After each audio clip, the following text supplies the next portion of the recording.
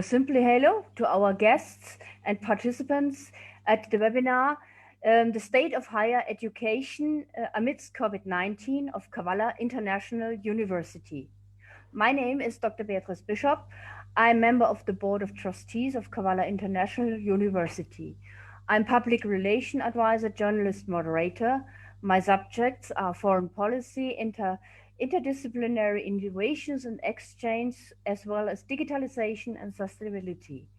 I'm your moderator in this webinar today.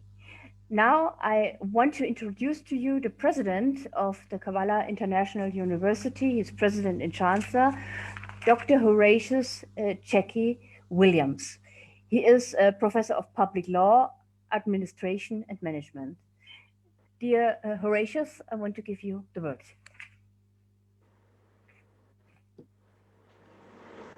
Horatius? You are muted. I was muted. Thank you. You stay muted. Okay. Am I good now? Yeah, Thank you, Beatrice. And welcome, everybody. We're very glad to have you here in attendance and joining our conference discussing the state of higher education amidst COVID pandemic. That is a wonderful opportunity, and we're very grateful for everybody to be here. Well, Kavala International University, we just give a brief background. University started around 1990. Around that time, they were giving basic education in terms of corresponding program, business program. And after that, around 2005, introduced the degree program. Around 1998, there was a degree granting program that was authorized by the Board of Trustees and the faculty committee. Around the time they started offering undergraduate degree, JD, and then 2005 there was a master's program, and then around 2008 the doctoral program was introduced. During those times, initially we were completely research-based, providing mentoring program, individualized education, but eventually within a little over 2 years ago, we expanded our program to offering a virtual education so that we could meet the challenges that COVID has brought forth. We decided to introduce the program to a widespread audience, and then we begin to create a program in terms of having a complete student-focused university. So everything about CIU is primarily about student focus. And why do we say that? Because we realized that especially around the time of COVID, there has been students that have been disenfranchised, students with so many desires to travel to the US or other places to get education. They have been stampeded, they have been sidetracked, stuck at their homes, university closed, traditional university closed, and their vision, people temporary to figure out which direction to go and how to pursue their path towards education or their desire to meet their challenges, their goal as the progress in life, which is the goal of every young person graduating from high school, and those with also undergraduate want to get postgraduate education. So that idea, putting all of those ideas, how to meet those challenges, we begin to think about the dreams that many young people will often have. And because of that, instead of just having those dreams just stay with them as they stayed at home, we wanted to create those dreams to be a vision and for those visions to be recognized, to be realized by them. And by so doing, we all came together and we can put in place all the different ways to help these students by fostering a virtual online program. And how do we do that? We have our classes, we have a student, we have a faculty, we have theory, which is associated with every university. We have theory, we have practice, but then we have the personalized education that comes with it. And in terms of that, our professors do everything they can to meet the needs of the student, even if they don't have the financial means, if they don't have the capacity, the internet capacity. Our professors do everything to make sure that the students are able to get the necessary education that is needed. The university is very heavy on research. Every student that is done with our program, at the time they advance to every course after another course, they are completely well grounded with respect to the research program. We use the Socratic method in teaching, and especially for our law school, which is what most law schools use. We also use the case study method. So every student has the means to participate completely into the program, and every program is so unique to the student's circumstances, and that is the most important thing. Every student's circumstances and background is different, and as we said, CIU is designed to meet the need of that particular student. Even if the student is having difficulty, we find that student to make sure that they continue to pursue their goal without dropping it off. So you're going to have a very nice program. Our panel here, with all of those that have been contributing to this goal, to this vision of CIU, they're all here to. And like I said, with a quick overview, we have bachelor degree program, master's, PhD. We have JD's program, Master of Law and PhD in Law. We have the package, and we have it all ready for our students. So now I will have to bring it back and see whether we can bring in one of our board members, Thomas, and Thomas will give a brief discussion, and from there we go back to Beatrice and continue our discussion. Thank you so much. Yeah. Hello, everyone. Horatius asked me to speak in this because I was for many years now, I've been one of the early recipients of online education to it and some of the benefits of this. I was, like a lot of people, in a situation of working careers in different situations in different areas of fields, and traditional university systems in the United States, even though I had open access to it, does not really fit my working situation. The ability to take the time out of every day on a regular schedule for many years to go through education was just not really flexible to me. And as I moved into different careers and moved on, it got later and more difficult to fulfill an education needs, outside of being an online education system. Two of the benefits that I received so many years were, one, that I was able to achieve my education systems outside of normal hours, and I was able to travel for work. I achieved 2 different degrees. One was a bachelor's in global business management, and later on I received a master's in international tax and financial service law to the same university that Horatius has his JSM from. To that. Horatius has, and the board members of Kavala have spent a lot of time knowing these issues as they cropped up over a period of time, and have worked hard on them to develop students that are able to work from anywhere in the world and get all the advantages and none of the disadvantages. Having been through a couple of different programs, some of them can be very impersonal. Just here, fill this out, do this, send in this project, do it. Others can be more personable, and Kavala is definitely in that side. Professors are out there working hard to make sure that you graduate, rather than that you just go through a program that may or may not succeed. Success is your important issue, and no matter where you are in the world, you should have that opportunity. Kavala will help you do that. Do it. And I'm an example now of a successful online education, and board member as well of Kavala, specifically to try to help other people achieve the same things in life. Okay, and I believe now I get to introduce Dr. Beatrice Bischoff again, so that she can move forward the panel. Thank you, Thomas. I'm back again. My name is, as I just mentioned, Dr. Beatrice Bischoff. I'm also a board member of trustees, and I'm working as a journalist in Germany, as a journalist and political scientist, also author and speaker. And I'm busy with startups. I founded a startup for startups, and developing now also a system to develop further. And I hope we will do this. It's called about PETS, foreign policy ecosystem. So we create some hubs for young entrepreneurs or entrepreneurs to teach them how to be an entrepreneur, and it is connected interdisciplinary and internationally. But we will talk about that later. Now I'm a bit, I want to question Horatius. Do I have to introduce now my colleagues, or do we start with the keynote speakers? What do you intend to do now, please? Just Horatius? 1 second, just 1 second. Yeah.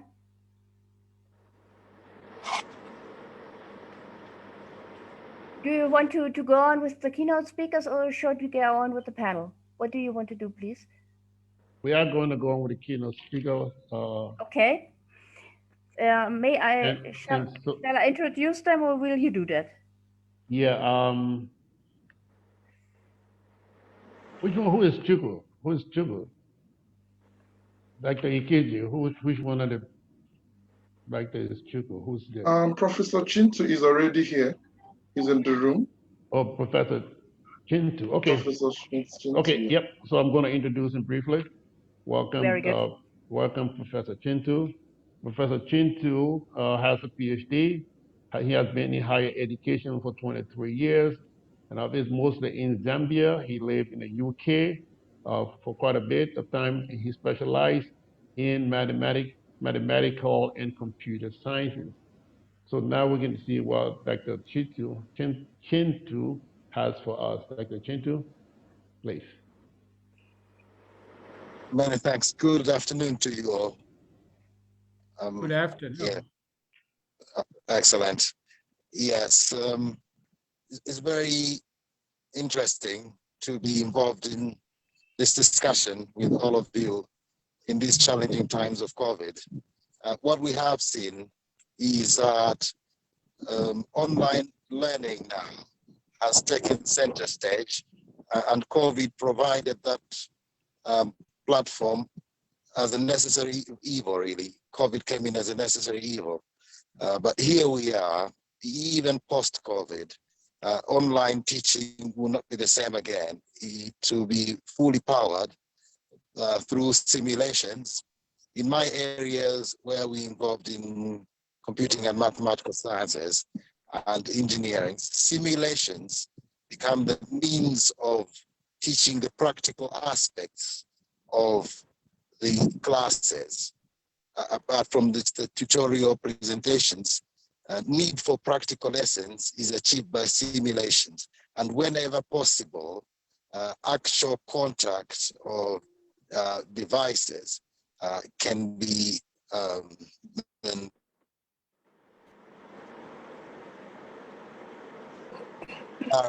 simulations at platform, that in-between platform, and learning goes on successfully in that way. And once more, I'm very happy to get to chat with all of you and looking forward to a fruitful discussion. Thank you. Thank you very much. I think he's ready, Dr. Horatius. Thank you, Dr. Chintu. We must admit that we had a initial keynote speaker who had some emergency, and because he's an ambassador to the government in Ethiopia, and there were some issues that came up. So on short notice, we invited Dr. Chintu to come in. And so we're grateful that he's here and he will participate in our discussion. Dr. Ekechi, do we have Ben?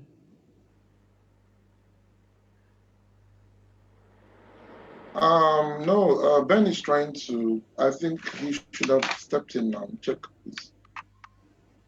See, Diamond Gates Consult, is that him?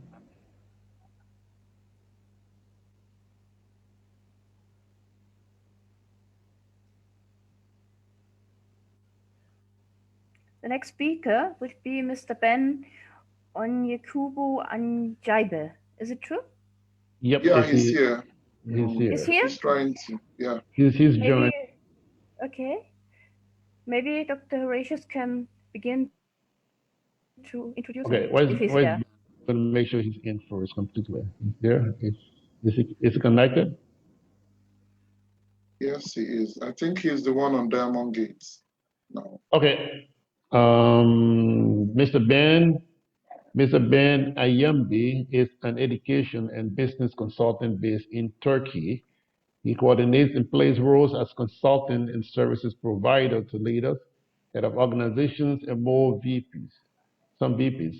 He is a prolific writer and currently the president of the Nigerian in Diaspora Organization, Europe-Turkey chapter, and among other similar positions here in global organization. Now, Mr. Aybe, the floor is yours.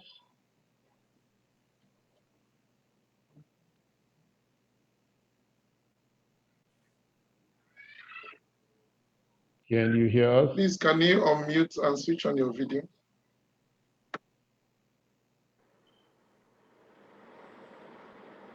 Okay. Is he there? Yep. Can you hear me? Yeah. Yeah. Now we can hear you. Now you can proceed. Yeah, good afternoon from here, from Turkey. Yeah, great. Hello. Nice to see you all. So. Okay, so I think he's just going to be part of the panel discussion as well. So that could be Beatrice. You can just move on to the next discussion. Okay, then let's start the panel. I want to introduce to you first of all the participants of the panel. This will be Dr. Elizabeth Nonaria Cabajosa. She is the provost, the vice president of the Academic Affairs and Professors. Then Mr. Thomas Mark Garden.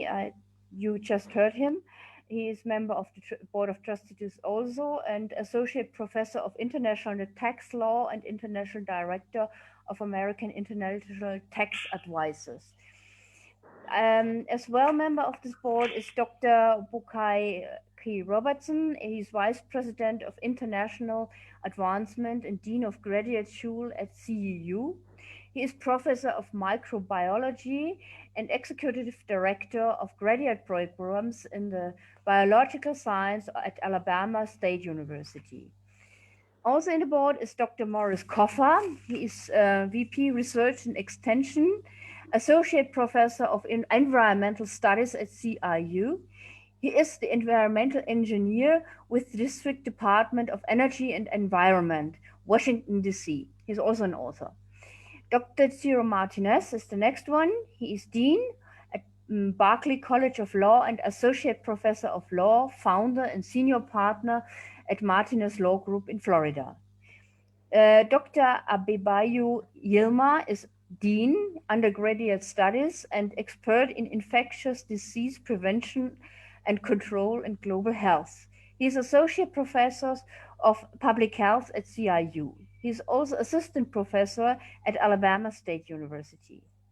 The next one comes from Africa, from Nigeria. It's Dr. Ekechi Akpukpa. He is Head of Agricultural Program and Professor of Agricultural Economics and Agribusiness at CIU. He is Senior Academic at Rivers State University, Nigeria. Also on board is Mrs. Raisa Padilla. She is Assistant Director of Admissions and Enroll at CEU. She is also Senior Associate at Ernst & Young at the Philippines. I think I have now enlisted all the participants and the participants also in the board. So you can find out our board and our students are what they are. They are international. They are multidisciplinary. So we are a real modern university, online university, even before COVID-19 came. But it emphasized the way CEU is already going, because it's always CEU was always on the way before COVID came in. So now we want to start the discussion. How do you think COVID-19 has affected higher education worldwide and CEU? Maybe I can give this first question to the President, Dr. Horatius. Please, maybe you can try to find an answer. Right.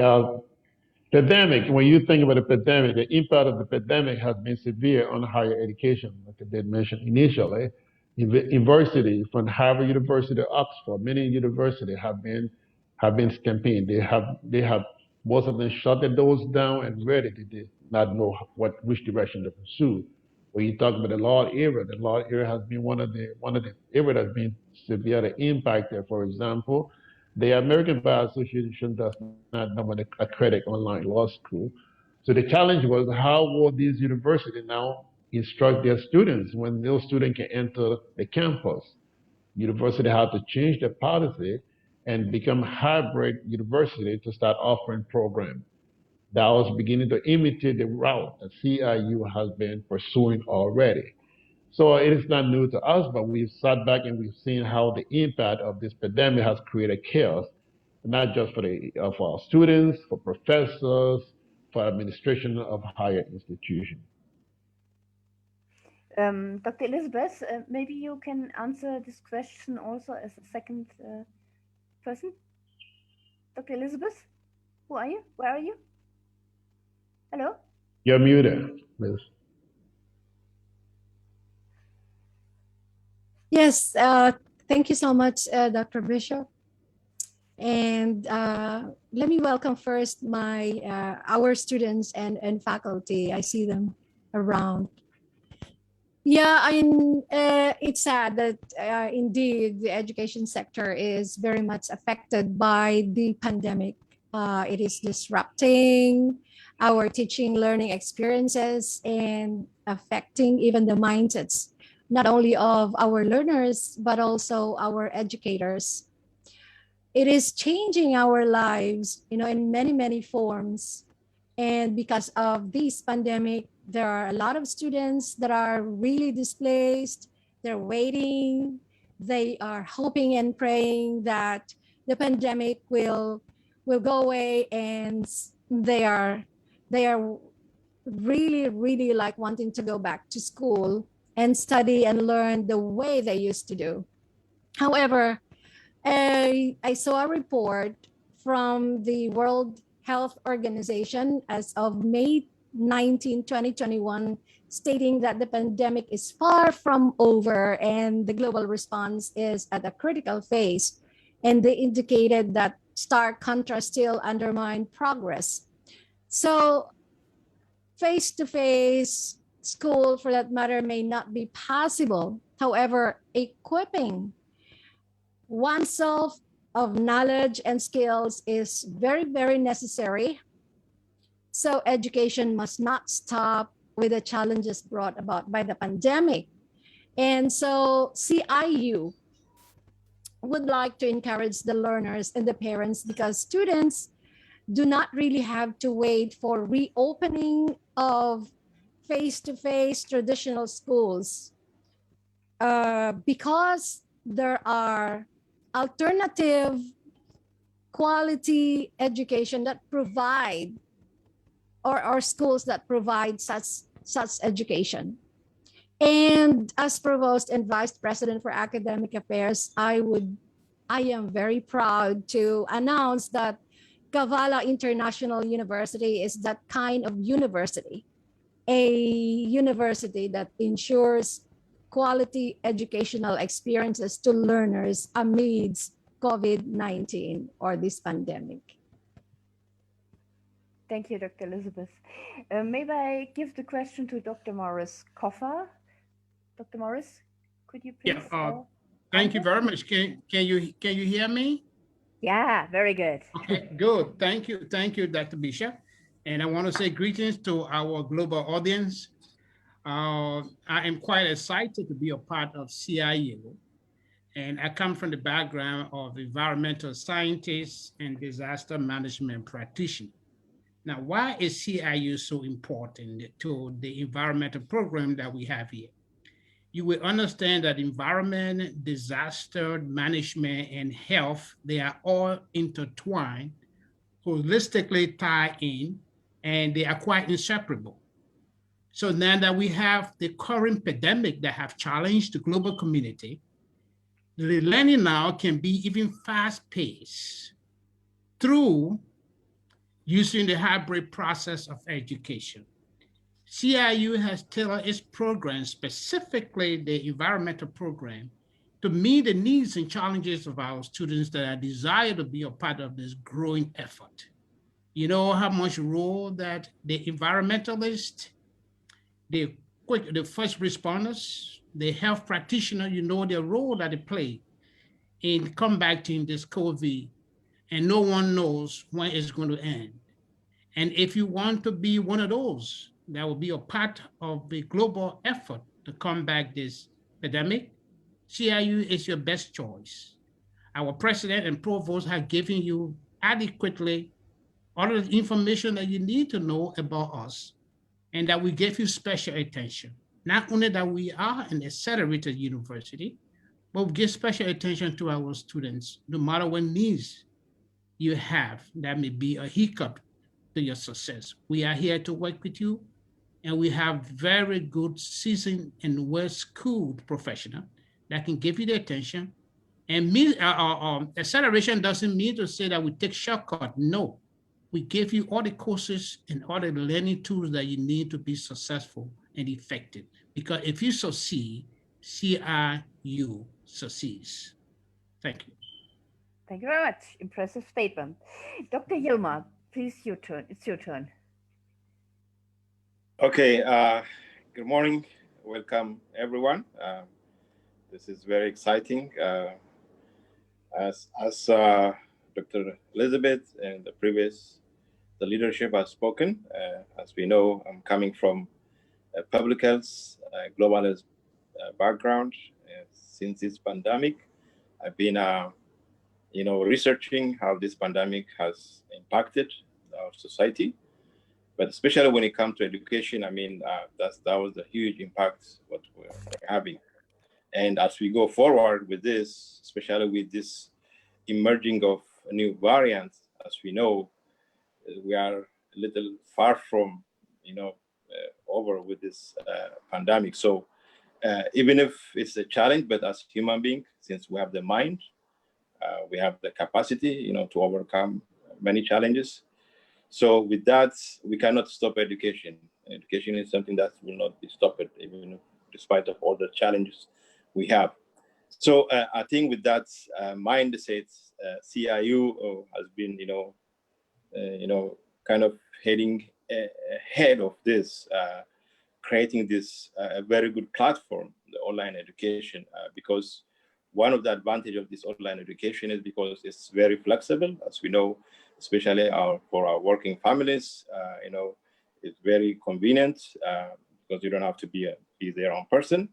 So with the lineup of the professors and the close engagement follow-up of all the education, I think CIU is already there helping students. So with this, I think this is the one way that we can tackle and address whatever challenge we face as human beings. So with this, I think personally, I'm very grateful for CIU, having this platform for our community and society across the globe. As you know, most of our audience are across the globe. So CIU is providing many opportunities. Maybe later in the program, I will be discussing specifically about the undergraduate program we have in CIU. We are very exciting, very interesting, which is more, appealing to most of the students. So I'll be talking about that. But as I said, we are human. We cannot give up. So we have to face the challenge. I think CIU is there, with this platform, having this online education to give what the society needs when it comes to education, especially with the higher education. So I think we are very, very grateful for this university. So as we know, as the president mentioned earlier, with accreditation, because that's very important also, because sometimes education has to be very suited to our students. So we have accredited universities in the US, so which is very key. So with that, maybe I'll come back later to discuss the detail with undergraduate program. I hope our audience would love to listen to that. Thank you. Thank you, Mr. Yilmaz. Now I'll give the rule to Professor Thomas Garden. Can you please join the discussion? Professor Yes. Thomas? Yeah. Sorry, I wasn't mute there. Oh. I mean, one of the biggest issues I discovered when I was starting my online education was, again, a certain level of impersonalness. You can end up looking at a blank screen or a screen endlessly of just text with this. There's no personal relationship to this. The professors and the board members have strived to allow you to have a personal relationship with your professors that make a big difference in this. It was one of the reasons that I helped join the board many years ago with Horatio, to try to provide an education for people online that you still feel like you're actually learning something and you have interaction with, do this. my degree is a practical business degree with this, but I understand the value of the education, the need for it around the globe, with this. And so my primary practice is international tax and financial service law, but the ability to help people out, in a way that they're able to succeed has been a major primary driver of my attendance of both this conference and helping out with the board activities. Okay. Okay, you're finished. Thank you. Then maybe I may add now our guest. He maybe not cannot talk something about the CIU, but he can maybe answer the question: how do you think COVID-19 has affected higher education worldwide? Mr. Aybe, do you think you can answer this question, or try to give us some insight what you think about that? All right. Thank you so very much. Yeah, I'm honored to be here. Thank you for extending the invitation to me, and also thank you, CIU, and my own dear friend, Professor Ekechi. On this, yeah, I'm over here in Turkey. I'm into education, both in classroom work and consulting with students from Middle East countries, some from Ukraine, Russia, Africa, many countries in Africa. So let me just say this. I came across a kind of humorous post from someone. It says in 1997, when for students, he said, changing patterns in exam. He said in 1997, it was like answer all the questions. And then in 2007, what students are given, answer any 5 questions. And then like in 2012, education become like, select the correct answers, A, B to C. And he says that in 2027, we have like, write either A or B as an answer. And then he observed saying in 2022, it will be, please only read the questions.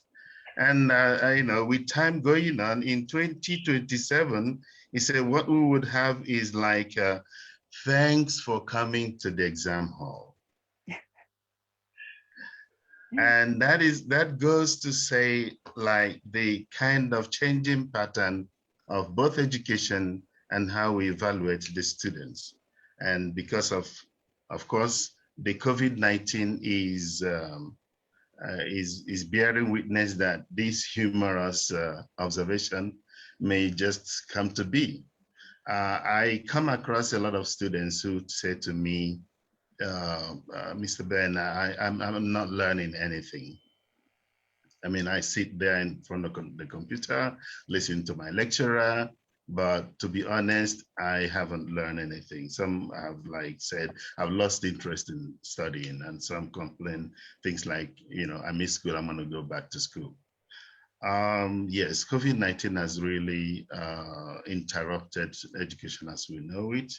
And like someone rightly observed, is worldwide. Both the instructors, the teachers, the students, and the whole institution have been negatively affected.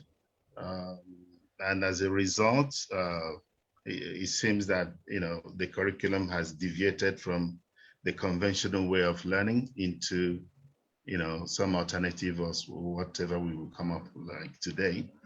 And I think the overwhelming aspect of this is that even before COVID-19, some people were learning online comfortably because that was the choice, the option they chose. But with this interruption, everything is online. So it's an additional burden, additional challenge, additional lethargic feeling from the learners. And it is quite challenging. But like I've been listening to some of the members from the institution, CIU. So I believe you probably have innovative answers to make education fun. through online and all that. But yes, this is a challenge that must be faced and tackled. Thank you. Thank you very much for your very good entrance for my next question. My next question is about how is CIU coping with the issues and challenges of providing quality education in tertiary education? What is the commitment of CEU? How is CEU responding to the situation with COVID? So this is the next bundle of questions. I'm looking forward for your answers. Again, Dr. Horatius, maybe you can answer the first question. Thank you. Dr. Horatius? Hello? Yes, CIU does have a lot of things in place in terms of personalized education of professors. I would just like Dr. Walker or Cyril Martini, one of the deans, to step in, and then I will follow up later on. Okay. Dr. BK or Cyril Martini, one of you. Greetings. I will step in. Very good. And following that. Greetings to the CIU Nation and our audience. My name is Dr. Bokai K. Robertson. I'm the Vice President of Institutional Advancement and Dean of the Graduate School at CIU. I am Professor of Microbiology and Executive Director of Graduate Programs in the Biological Sciences at Alabama State University. I am also the chairperson of the Board of Directors of African Environmental Watch, as well as the member of the Board of Directors and Chair of Scholarship Committee of the University of Liberia Consortium. I am currently a major advisor for several graduate students' dissertation, research, and thesis. I am also a recipient of numerous national and international awards. I have published numerous papers in scientific journals and co-authored several book chapters. And I'm also an invited speaker and presenter at several scientific conferences and universities around the world. As Dr. Yoma and other panelists have rightfully said, and I would say, how dangerous is the Delta virus and the COVID and how it's changing our world? What are the opportunities and challenges of online instruction? To a world that has become weary, yet accustomed to playing defense against SARS-CoV-2.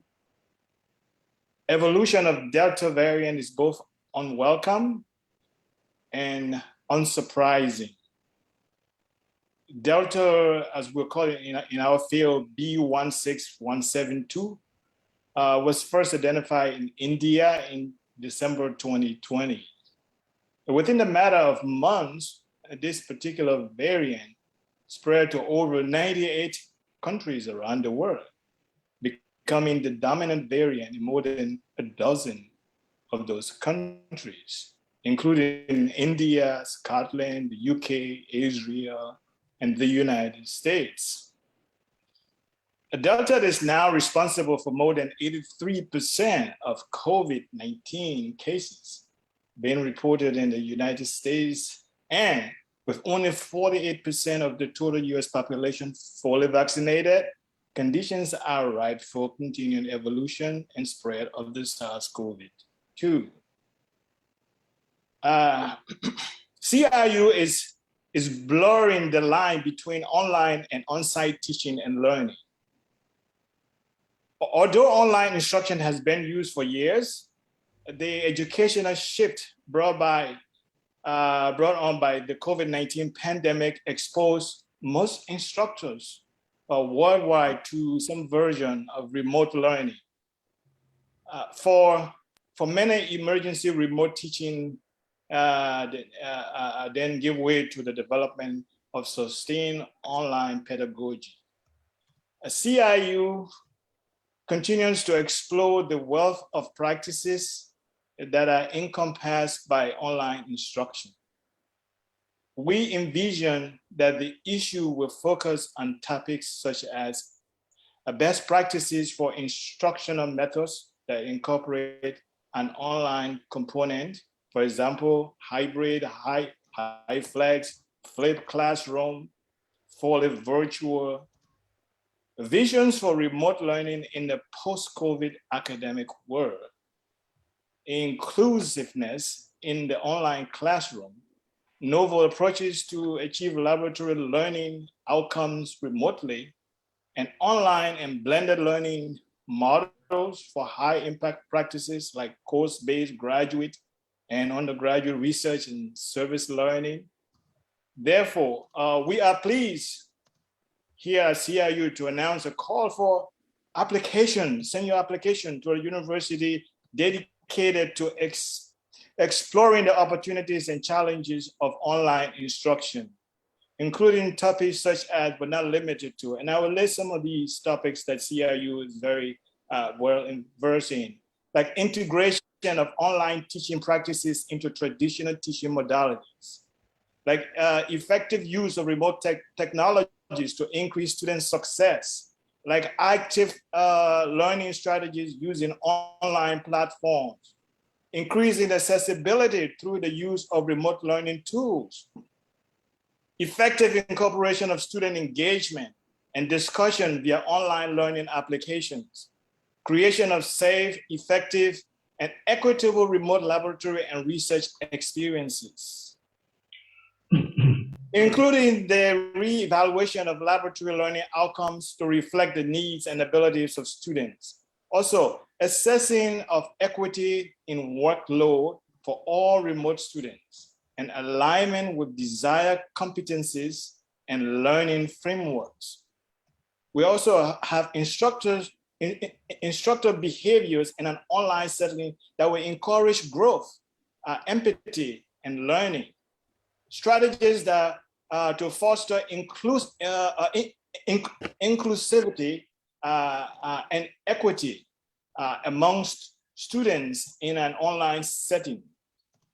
We are design and also evaluation of community outreach and service learning activities for remote learners, providing online and even on-campus and resources, mental health support, social networking, other services to provide belonging, enrollment and retention in online classes, the best practices for assessing student learning using online platforms.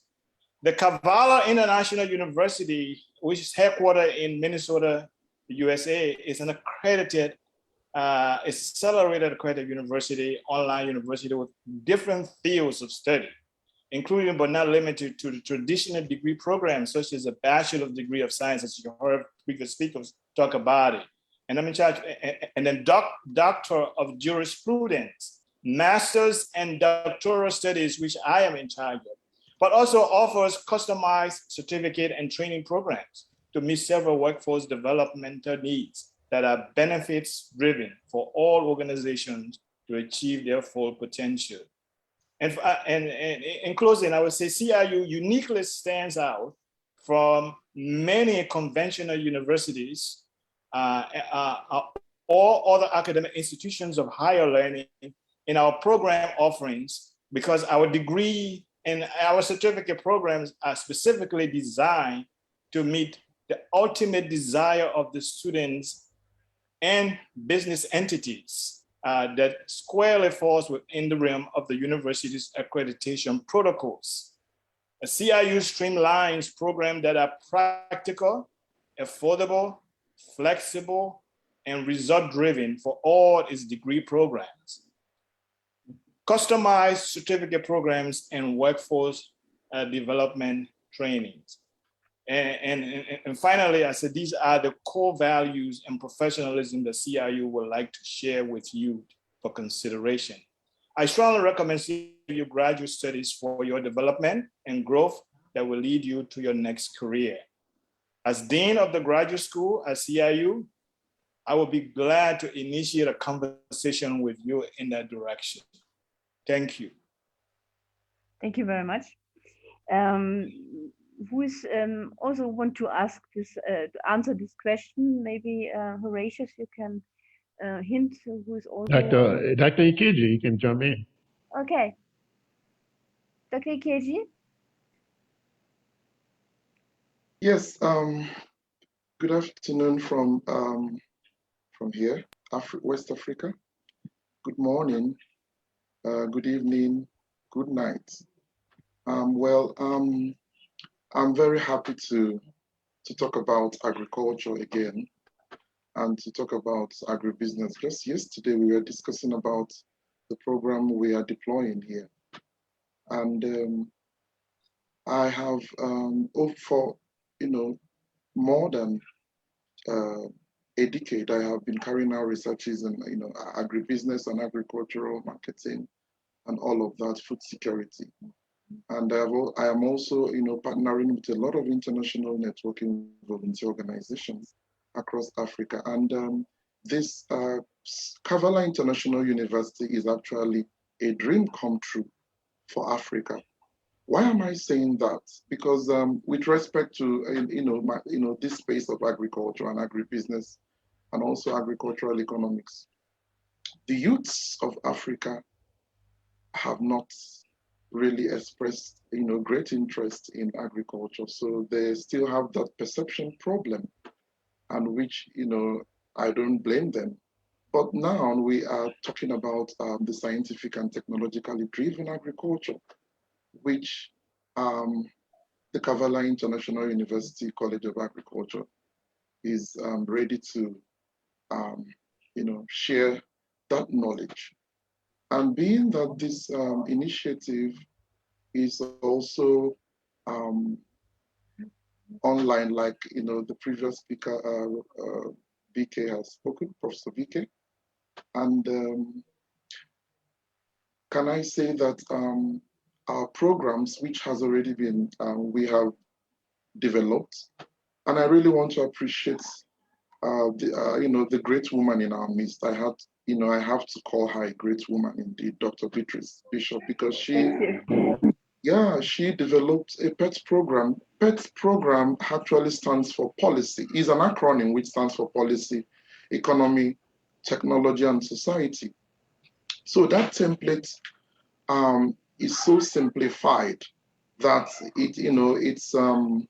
we have to, populate the, structure the program in such a way that it will build up the entrepreneurial capacity of Africans, especially for the youths who are part of driving transformation in Africa and in the whole world. So yes, we already have audiences in Europe. We have also, intending and prospective students all around the world. But for Africa, it is high time. Yeah, so can I say that also that our program, can I mention about this programs that we have an agro hub, we have an entrepreneurship factory, we have, for the agripreneurs, that's focusing more on the entrepreneurship in agriculture, because we are also trying to see how to build the entrepreneurial capacity of farmers. Farmers have to be skillful, have to be innovative. And what about, technology in agriculture, which of course in this era of fourth industrial revolution, we have biotechnology, we have nanotechnology, we have vertical farming, and these initiatives are actually very important in our program. Yeah, because over time we have not really enjoyed food security as it were, and right now those initiatives like the aquaponics, the hydroponics, the aeroponics, and all of that, they are all aspects of these initiatives. So we are actually encouraging those who want to chart a course in the agriculture profession, and it's quite timely, not just for agriculture, but generally, we have the entrepreneurs who are, people who are also in the corporate world, governmental bodies and non-governmental, bodies, whichever domain or arena that they are operating. They can also partner with the business marketing program also. And yeah, so and also we have a master's in agribusiness program and for the PhD in agribusiness as well. So it's structured in such a way that there will be an opportunity for them to have internship in European universities. So let me stop here. Thank you. Thank you very much. Yeah, the core idea. Can I add something on this, Dr. Patricia? Yeah. Yeah. Okay. I just want to add something. That's very interesting discussion. Just as you know, because of this COVID, most of the schools, even in many places, especially here in the US, we are returning back to normal, like bringing students to the campus. So for this fall, from the university, students have been registering since the students have been enjoying this virtual learning. So I've been receiving like many emails. Can we do this online? So now I think the students have been recognizing all the benefits behind when it comes to the online education. As we know here, when you are admitted to schools, you have to move from place to place. But that's one of the reasons they give you, because I'm here in this state, but because of this reason, I want to do this online. So is there a way to do this? So I think the whole system is moving towards that direction. So that's what I said in the beginning. I think CIU is on the right direction, thinking ahead of all these traditional schools. So with that, I think the demand is there, especially for the students. This is how, the direction we are going, because that's the reality. We have to face it. And of course, we have to also think of what are the benefits, So just to mention a few about the undergraduate studies, even if this is fully online education, but the system is already the same as what we have in many of the traditional schools, like on the programs. Like if you go to the website, if you explore in the website, all the programs, we're offering like more than 100 degrees, and especially if I just talk about undergraduate studies, we have the College of Arts and Science. We have, this is Art and Science is one of the largest, especially if you go like on the traditional universities. The same thing we have here also with many discipline and specialties on this area.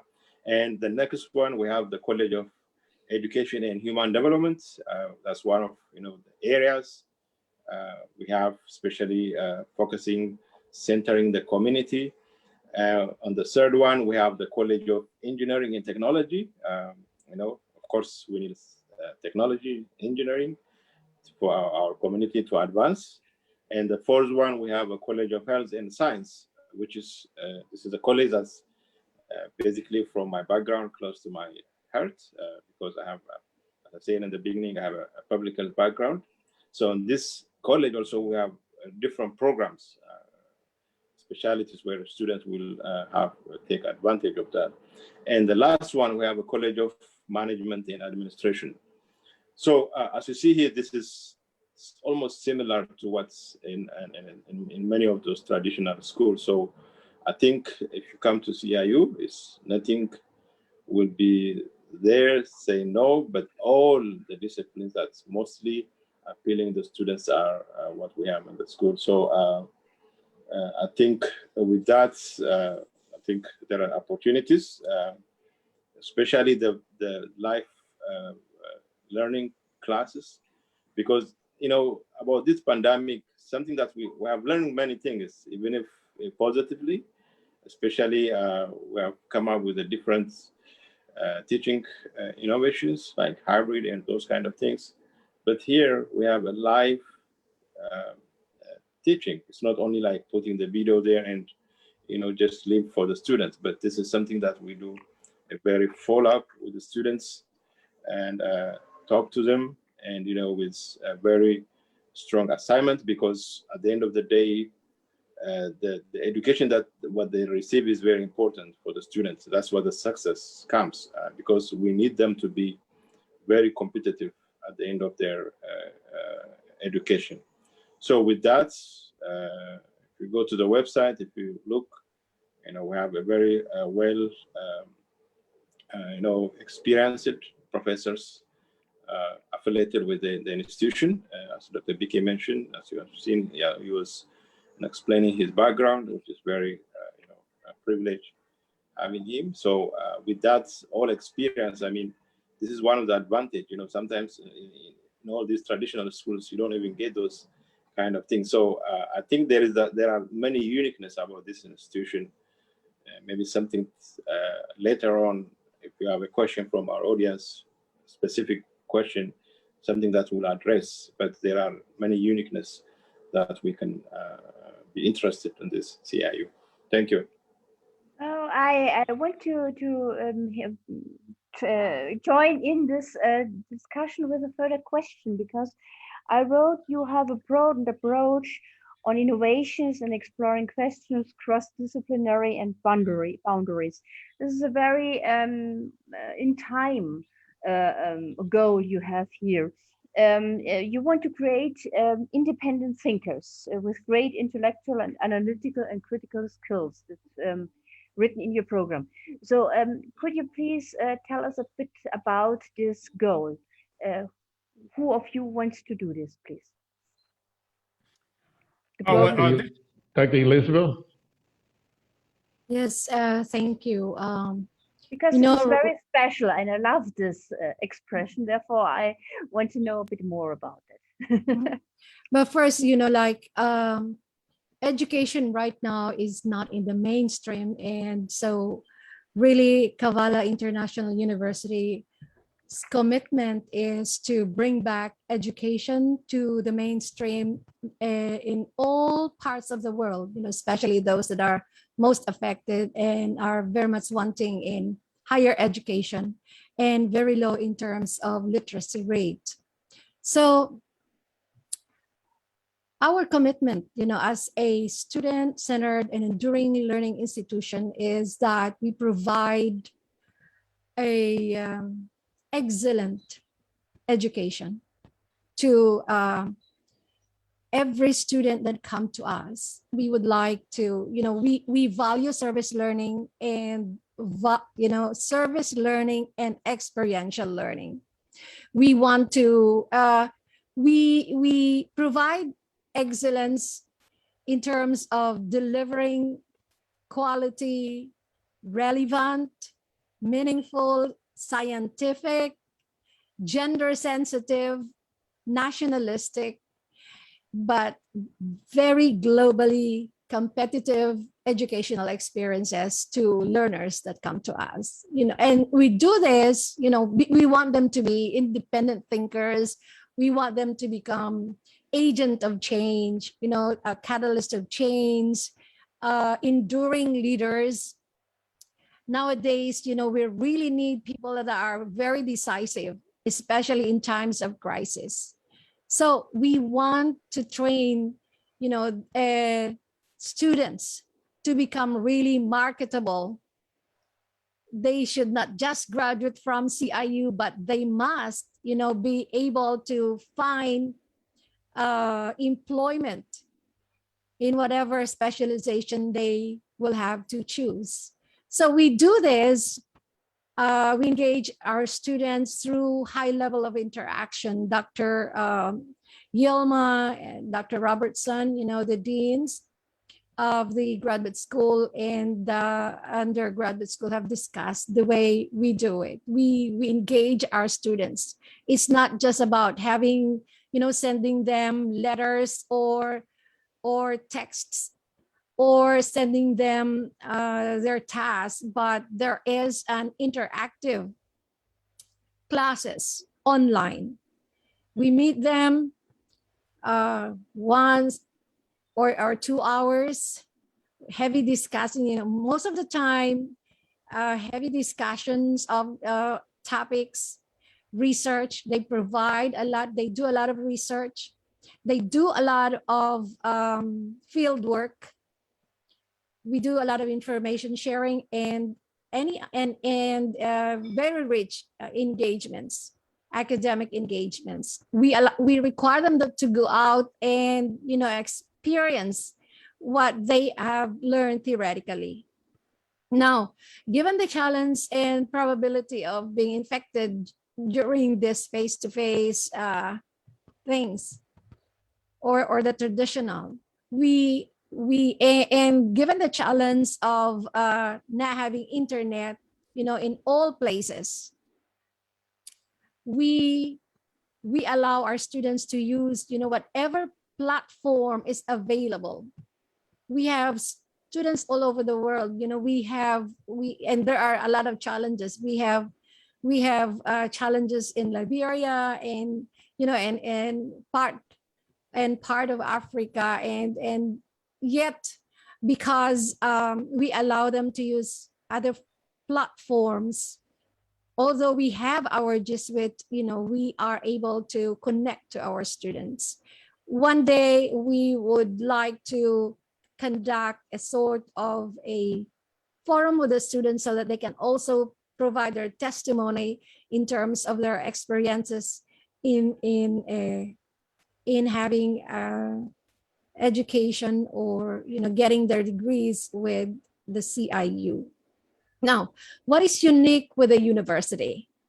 First and foremost, what we do is we would like to bring education right at the doorsteps of the students. They don't have to be worried about going to America or going to somewhere else. They will have quality, globally competent education. They don't have to go anywhere. They can stay at their house, they can stay in their homes, because we bring education right at their doorsteps. And we customize curricular programs according to their needs and, according to their societal needs. We want an education that is reflective of their own culture. So we are not growing, if you are in Africa, we don't grow, I would like to use that we don't grow daffodils in the rainforest. So your education is reflective of your needs, and it should be responsive of your national goals. And that is the commitment of Kavala International University. In terms of the programs, our deans have already discussed them, but let me also stress that we offer certificate programs. There are countries that have been reconstructing from calamities or probably, civil wars and all, and they have missed a lot of chances to get their education, but they need to be in schools teaching. And so CIU would like to bridge the gap.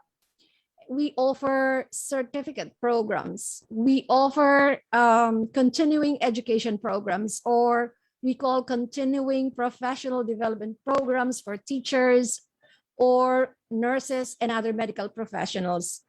And as indicated by Dr. Yilma too, we are into educational, entrepreneurial educational programs. Our wish is that we will be able to have a physical graduation as soon as our graduates are, our students are ready. But for now, because of COVID, we will have a sort of virtual graduation as in probably 3 or 4 months from now. And I'd like to, already invite everyone to that great event for the university. May I also may I also inform the entire global community that CIU is establishing several centers. In terms of support to the underdeveloped countries and developing countries. That's why, when Dr. Beatrice mentioned about pets, we are very, very happy, to be partners, because we would be able to really serve our student population with that, and also the communities outside United States or the first world countries. Thank you. So yeah, that's nice. Dr. Martini is here, the dean for the law school, but unfortunately he's very ill, even though he's here with us. So I will say a few things about his program. The law program, obviously, I would say, has the JD program, the Master of Law, and the Master of Legal Study, and the Doctor of Juridical Science. So we have 4 degrees. We also, after the 5, we have the Executive Juridiscreet degree for those who do not want to practice law. We CIU from the onset realized that we have Harvard, we have the best university. We started a method. We have a blended education from Oxford. We started a program for Oxford. We started Harvard. We recognized what was being done and made these schools stand out, even though we're online school. We realized certain things stood out. And what stood out primarily came around the Socratic method for the law school and the case study for students in ordinary program. So the question is that we ask ourselves, we say, what helped to make them independent thinkers? And that was the one thing. Instead of spoon feeding them with knowledge, just writing things to come to class and the instructor is there telling them what to do, and they go home, they study, they memorize it, come back home, and they produce, give it back to the professor. That is not the goal of CIU. Like we said, we do theory, we do practice, and we're very heavy on research. So on every course that is done, at the end of the course, the student has to know both the theory and the practice of that course. The student was learning accounting. After the accounting course is done, can he do a spreadsheet? Can he do a balance sheet? Can he do a statement? Can he do a transaction? The student must put that in practice. Right. So with that being said, we say, I'm getting distracted. With that, putting those things in practice, we notice that if a student is able to do that for every course the student is able to generate those knowledge, research, produce a paper, find a practice, and say that. Give an example of a case study. Let's say, for example, a student is working at an HR place. The student is working at a place. The student is accused the boss of sexual harassment. Now, what is the normal pattern? Go to the boss or go to the HR? Suppose the HR is also in cahoots with the boss. What process is the student going to take? Is there another process? Now, we have to make the student think through this process. The student have to figure out themselves what is the answer to that question. What happens if you want to be above the boss? Is there going to be retaliation? Or what happens to you if you went to the HR? Is the HR going to also retaliate against you? Now the student have to figure out the different approaches that is available for them to address this issue. That is what creates independent thinking. It is not a matter of saying yes or no, but like a legal study, you may have yes may be right, no may be right, but also you may say I plead the fifth. In the middle may also be right. And the student has to have that ability. It doesn't matter whether the student studying law or studying business, they should have the ability to determine that after completing the course that they have enrolled in. We're very grateful to our professors that are here. We're so happy for the contribution they're doing for CIU. And above all, uniquely speaking, CIU does not have to have 12 students or 25 students to have a class. If we have 1 student, 2 students, we do everything to reach the need of a student. And that is another thing that makes CIU so unique. Yes, we need money, but that is not about money, because like we say, education does not only belong to the privileged or the wealthy. We want everybody around the world to get the best qualified education. and with the best qualified professor, not just finding somebody who would just pass the course, but somebody who is uniquely qualified for that student. If the student needs a degree, a customized degree, they came to us and said, we do not offer that degree. The student said, this is the degree that I need. We will customize a degree, change the title of our degree, initiate the degree for the sake of that one student. See that? One student. So our goal is to do everything you need to make the change the dynamic of education that is not just, think about this, in the US, if you got a master's degree, you probably spend $40,000, $65,000 or $70,000. At CIU, you probably spend $7,000 or way less, because we also give you scholarship, 25%, 30% scholarship. So basically, we're almost, in comparison, we are offering program free, if you say that, with the most competent professors. Dr. Ekechi, I think you wanted to say something quick before. Yeah, let me add something there. I mean, because you mentioned we provide competent faculty. Our graduate school, the graduate schools require that only PhD holders or applied doctoral or doctorate can teach at the graduate studies, and we require the undergraduate class, the undergraduate school also require their faculty to have at least master's degree or terminal degrees. So we have a strong faculty force, but very diverse. That's why we are, what we want to create also is the culture of synergy at CIU. So yeah, thank you very much. To add to what Dr. Kabajosha said, and to what Dr. Horatius has also said, I just remember that I needed to talk about the PhD program, because the PhD program is structured for agribusiness. It's structured in such a way that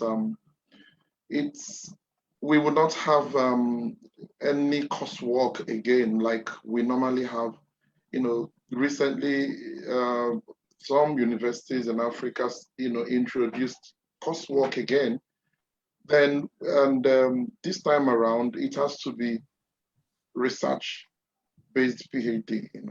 And the program is also arranged and outlined and structured in such a way that those students will enjoy the benefits of training programs, virtual training programs, and also, express themselves, like a feedback on what their needs are.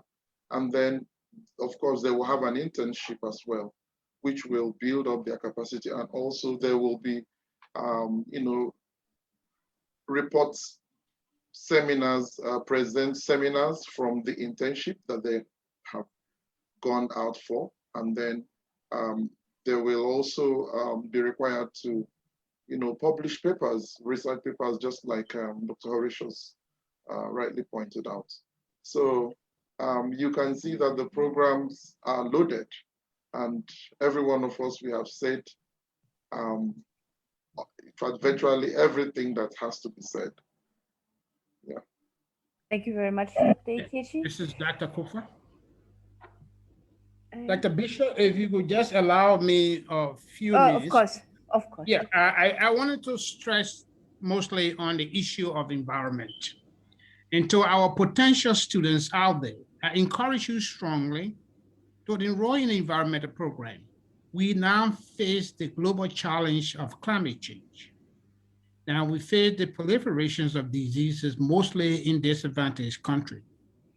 Your environmental science program will teach you all about climate change, about adaptation and resilience. We'll also walk you through the process of environmental impact assessment, environmental social impact assessment.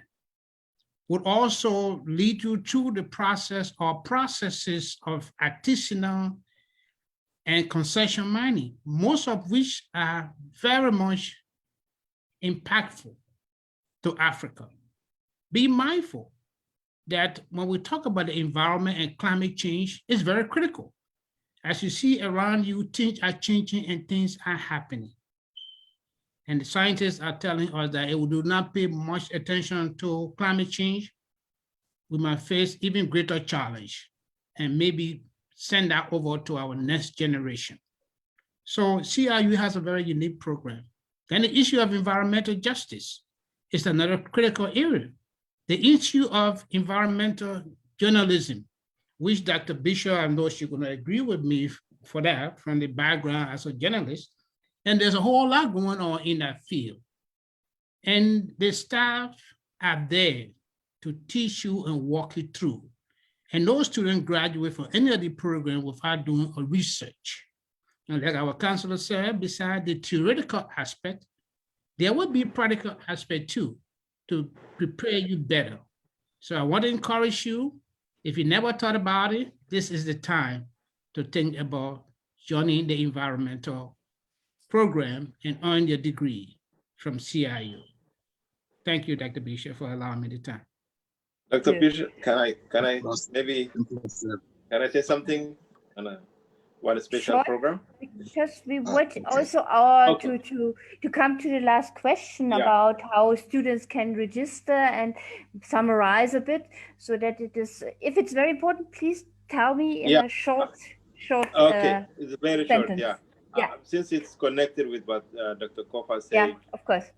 We know, since we're talking about also pandemic, the public health program is, I think this is something that's, it's the whole globe now focusing on the public health. So because I think this is one of our failure as human beings, that we didn't do much on the disease prevention side.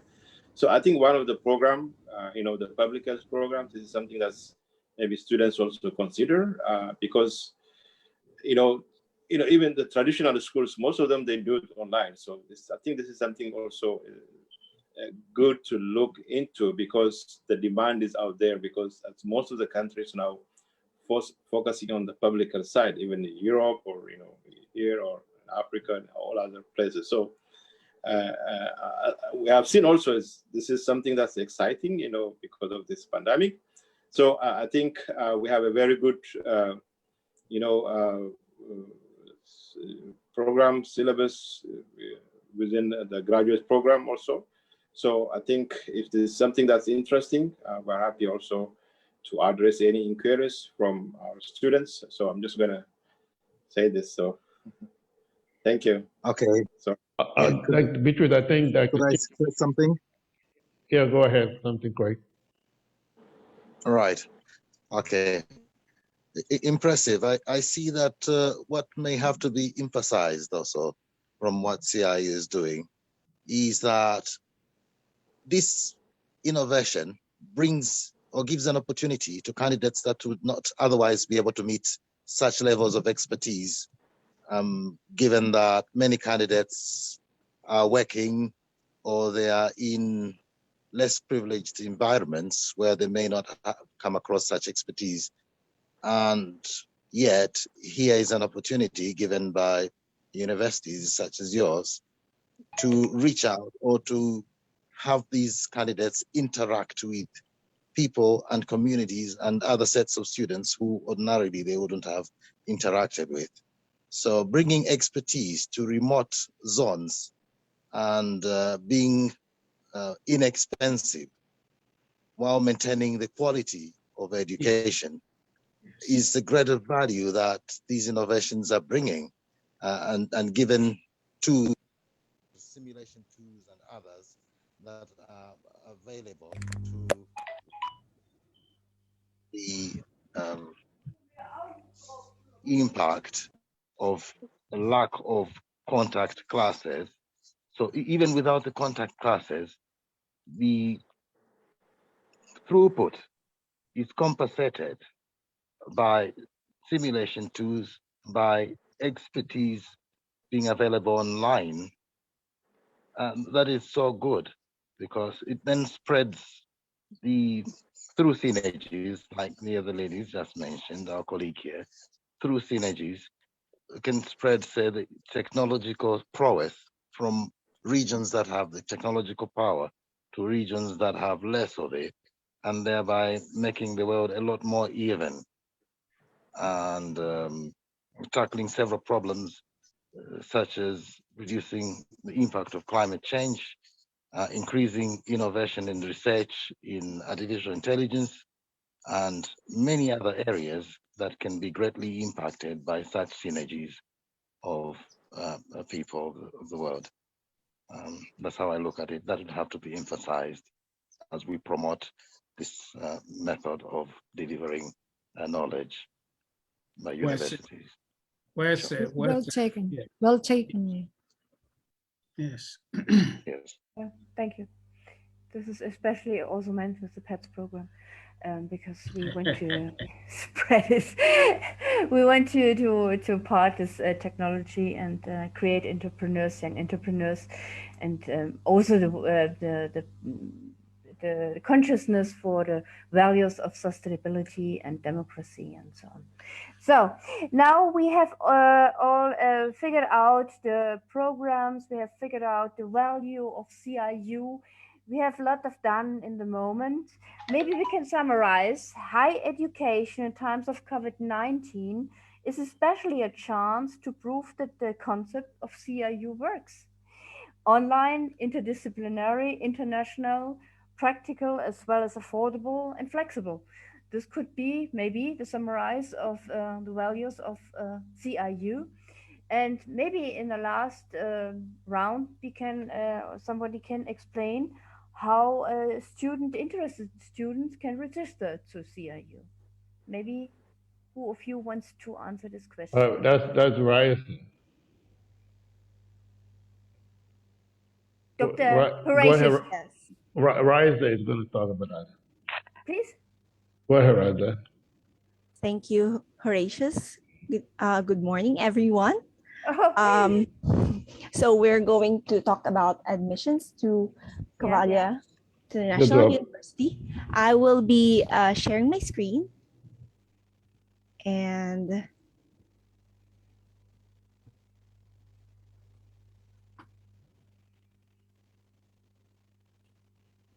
okay. I hope everyone can see my screen. Yes. Okay. So again, good morning, everyone, or good evening. My name is Raisa Padilla. I am the Assistant Director for Enrollment and Admissions for Cavalia International University. So Cavalia International University, this is our website. We are an accredited American Accelerated University. And today we're going to talk about how to apply as a student, or you can say admissions. So why Cavalia University? Because basically we work with students. If you're going to look at our website, you can see on the upper left portion of our website a drop down for admissions. You have the general application requirements. You can download the application form, and you can also check our academic calendar. This is how our general application requirements page looks like. It will connect you to the page where you can download our application form or complete our application form. And then one of the requirements are to submit your transcript, a copy of your resume, and a statement of purpose for 250 words minimum. And then you have to pay the application fee for $45, and you have to sign an enrollment agreement. So I'm going back to the question, why Cavalia University? So here in CIU, we try to answer your questions as soon as possible. We reply to your inquiries and tell you what is needed. So another point is your documents as applicants or students are evaluated within only 2 weeks. And once everything is in order, you may start your classes. But of course, we send you a letter of approval. And then we also send you conditional letter of admissions if admission requirements are not completely fulfilled. And of course, if the documents are incomplete, we will inform you about the process to get the process to the needed documents. So once all the requirements are met, we send the students or the applicants a confirmation letter that will be signed by you as an agreement to the program.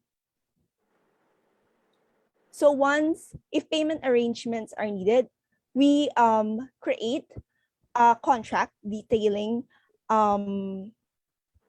the details of your payment plan. And then, of course, we know here in CIU, we know that every student is different, and we personalize the interest of the students. So we do best we can to help the students, especially when it comes to tuition. And of course, we do not want our students to have financial burden. The university offers different payment plans as well. So of course, cases varies. There are students who can qualify for special discounts, and we can also waive fees if they meet the requirements needed to be qualified in that aspect. Again, CIU has open enrollment, and we start classes every semester. So if you want to check out our website, just go to Cavallo University, and then you will see a contact form on the Contact Us page if you have any questions related to admissions. We also have our contact details on the screen flashed, and then follow us on Twitter. We also have a Facebook page and a YouTube account. That's all. Thank you. Thank you very much. Maybe we can open now the questions, or if somebody of our audience has some questions, we invite you to now start with your questions if possible. Thank you.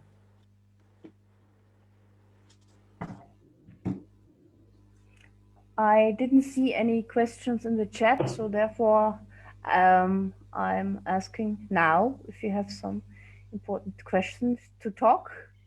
Otherwise, the panel, yes, the panelists will. You check the chat? Right. Yes, Yeah, we did. Okay. But I mean, I guess you answered most of the question. You did very good. So, if there are no questions, maybe I I've can got- invite. Yeah. This is Thomas. I've got one quick question. Do we know how many different time zones we're actually operating in this thing? I'm in Asia, in Bangkok. How many people we have in Africa and the United States, Philippines? Do we know how many time zones we're operating today? No. I think about 8. maybe up to 10. We got Korea. We got we got up to 10. I think we got Italy. So that's Europe. We got we got very wonderful.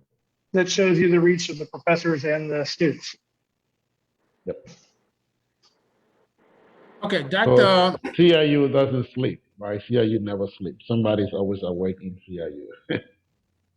24 hours. So, Dr. Go ahead. Yeah, no, I wanted to, send the audience, since there seems not to be a question. Well, from I think there's something from Christopher Williams here. Okay. Hey, Dr. Bishop, I have a question. With respect to the tuition, we have different countries with different economic levels. Is the tuition the same for me speaking from America or for me speaking from Liberia? Is the tuition the same? As somebody who lives in Liberia, pay the same tuition as somebody who is in America, or how does it work? Yeah, the tuition is the same. But we like Rice has said, we take into consideration its specific student need. So the student coming with a financial situation, they have the right, if they need help, they have the right to the university. We always evaluate the document.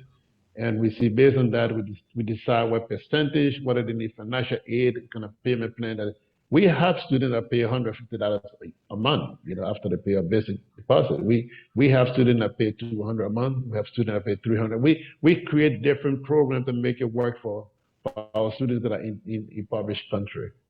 Now that's a different situation if you have a student that is from London or a student from America.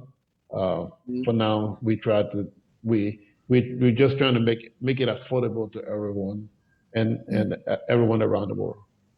Yeah, I mean, a little difficult for the university, but again, the goal is student focused, student centered. Okay. Thank you, sir. And let me add that because we really want to cater to students that are really underprivileged,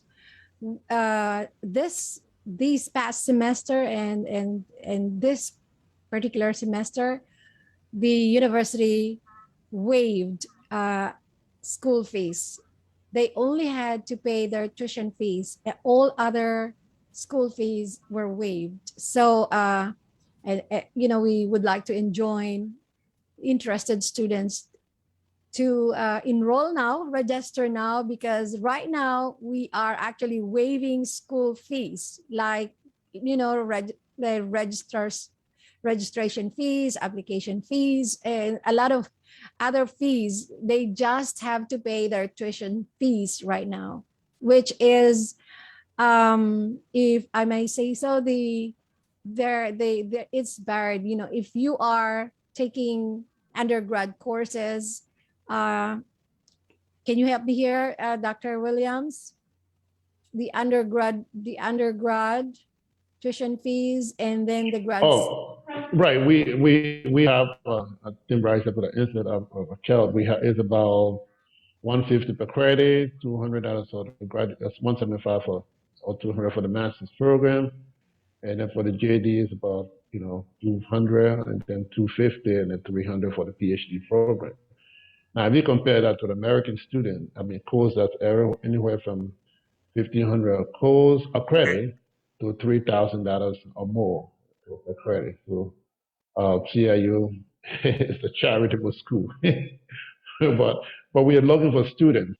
We are looking for students that really want to learn, want to be independent thinkers. At the end of the day, we want them to help change the dynamic of their situation.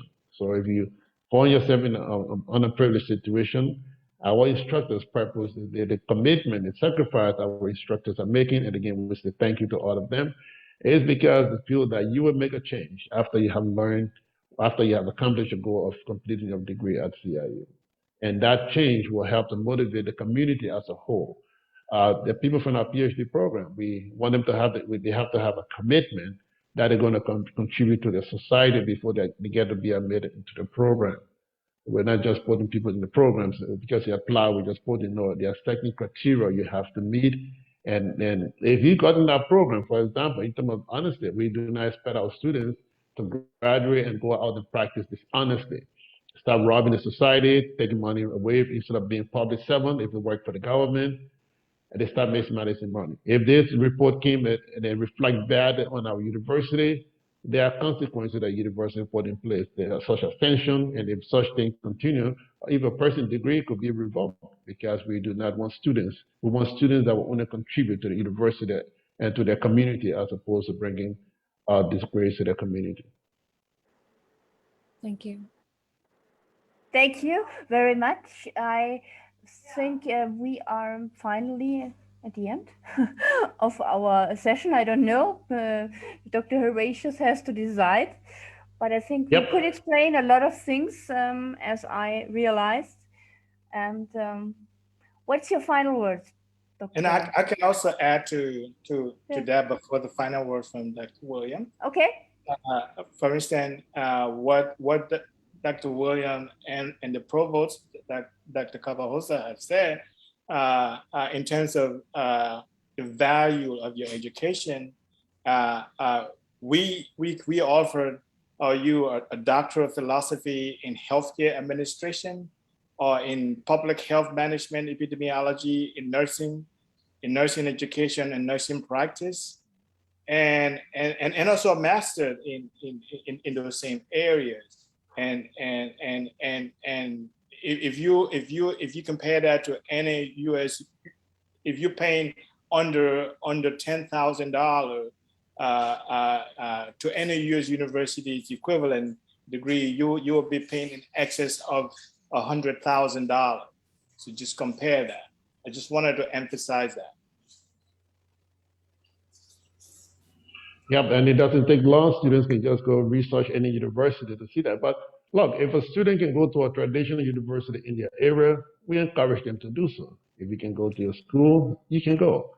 We are giving opportunity to those that want to learn but do not have the opportunity. You want to learn, you want a degree that you do not have available in the area where you live. You can travel to UK or Germany or America because of the criteria. You get a visa to go to all of those things. You can do that. So CIU is here to give you that privilege to stay obtain the education, the quality of the education you will have gained if you were to travel out of your country. And that's the best CIU can do. And the opportunity is there, like I said. But if you prefer to go to a traditional school, we encourage that. So we're not talking down. The goal of CIU is not to talk down, take anything from traditional schools that are available in the community, but rather to give in fact, we're signing a lot of memorandum of understanding with a lot of universities, creating collaboration and partnership. We're in the process. We're doing that now, so that if the university, we can either offer joint degrees along with traditional universities, or the universities, we can collaborate. If they don't have the program, we can also offer the program through CIU. Our professors could take the lead in those areas. And some universities, some countries that do not have PhD or master's program, our university is in a position to try to work with this country to help them develop a PhD program or master's program. Anything that will enhance the effectiveness of any country or any society, CIU is there to help them. And that's all we want to do, is help. And build good leaders. Thank you. Very good. Very good. President Horatius, thank you very much. I maybe want to add, because I saw that some of you joined later of our guests here. I think, is this discussion available on your website to see the whole discussion whenever our guests want to see the whole film about this? Yeah, I think it should be. Yeah, should be. Good. Very nice. So do you think we should finish now the discussion? Yep. Thank you, everybody. Thank you, everybody. Thank you so much. Thank you. Thank you for you. our Thank you. panelists. Thank you for our guests, and hope to see you at CIU. Thank you, Professor. And I must add, this is our first conference, but this is the beginning of the series of conferences we're going to be having going forward. Dr.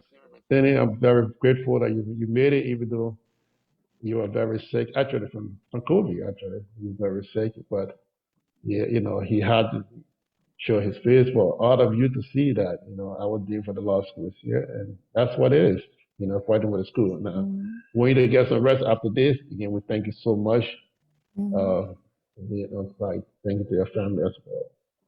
So we wish you recover soon. Go ahead. Thank you. Well, yeah, let me just mention some of the present faculty members. We have Dr. Jennifer Carpio, Dr. Susan Butak, Dr. Servilano Ritualo. We have, Mark Evans is here too. We have, I saw some other people probably they have left already. But thank you. Our students who attended, who came, who participated, thank you. Especially those that came from Liberia. They came. It's daytime in their place. So right. Yeah, it's about 3:41. I also want to appreciate Josephine Favor from Zurich. She is the coordinator of African Association of Vertical Farming, and she has accepted to work with us. And in fact, she, when I reconnected to her again, I was so excited because of the, the package that the program has also. Like we are, partnering with rather collaborating with some universities and some institutions and some colleges that deploy some of those resources to make our program more richer and, of course, of good quality. Let me recognize Dr. Kanda as well. He's here. Okay. Yeah. How you all doing, professors? How you doing? It's nice to really see you. Thanks for coming. I also, on a side note, we lost a vice chair, Dr. Charles Ford this year, and we also lost an adjunct professor, Dr. Quinn. So we're very, very sorry for the loss. Dr. Quinn Jaime. Dr. Quinn Jaime, and we send our sympathy to their family. It's been a tough year. Their goal is that we continue to go forward. So thank you so much, everyone. Thank you. Until the next webinar or conference. Yeah, thank you. That was wonderful. Thank you. Well, Thank you all. You have a good day, good evening.